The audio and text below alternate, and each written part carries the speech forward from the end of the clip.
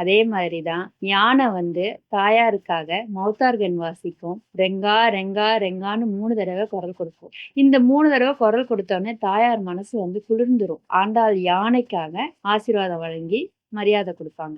எல்லாமே வந்து கொலு மண்டபத்துல இருந்தபடியே நடக்கும். யானை வந்து தாயார் சன்னதியில வாசல்ல தான் இருந்து யானை எல்லாத்தையும் பார்க்கும் செய்யும். இந்த 9 நாள்ல 7ஆம் திருநாள் அப்படிங்கிறது தான் இங்க விசேஷமே. அது என்ன 7ஆம் திருநாள் விசேஷம்? நவராத்திரியில 7ஆவது நாள் அன்னைக்கு தாயாருக்கு திருவடி சேவை அப்படிங்கிறது ஒண்ணு சேவை உண்டு. இது ஏன் அப்படி இந்த சேவை பண்றா அப்படின்னா, தாயாருக்கு இந்த வருஷம் 364 நாளும் அலங்காரம் பண்ணும்போது அவளோட திருப்பாதம் வந்து வெளியில தெரியாதாம். ஆனா இந்த 7ஆம் திருநாள் அன்னைக்கு மட்டும் அவளோட திருப்பாதம் வெளியில தெரியிற மாதிரி அலங்காரம் செய்வா. அந்த அலங்காரம் எப்படி இருக்கும் தெரியுமா? சாய் கொண்ட பவள மாலை, தங்க கிளி கையில வச்சுட்டு இருப்பா, வைர பதக்கம் போட்டுட்டு இருப்பா, தன்னோட திருப்பாதத்துல தங்க கொலுசு அணிஞ்சுட்டு இருப்பா. அவளை பார்க்கும் போது அப்படியே கண்குளிர ரசிச்சு பார்த்துட்டே அந்த தாயாரை சேவிச்சு என்னோட குடும்பம் ஒற்றுமையா இருக்கணும் அப்படிங்கிறதுக்காக மட்டும்தான் இந்த திருவடி சேவை அப்படிங்கிறது இங்க இருக்கிற ஒரு ஐதீகம். இந்த ஸ்ரீரங்கத்துல இந்த ஒரு ஐதீகம் அப்படிங்கிறது கடைபிடிக்கப்பட்டுட்டு இருக்கு. என்னால வர முடியாதுமா,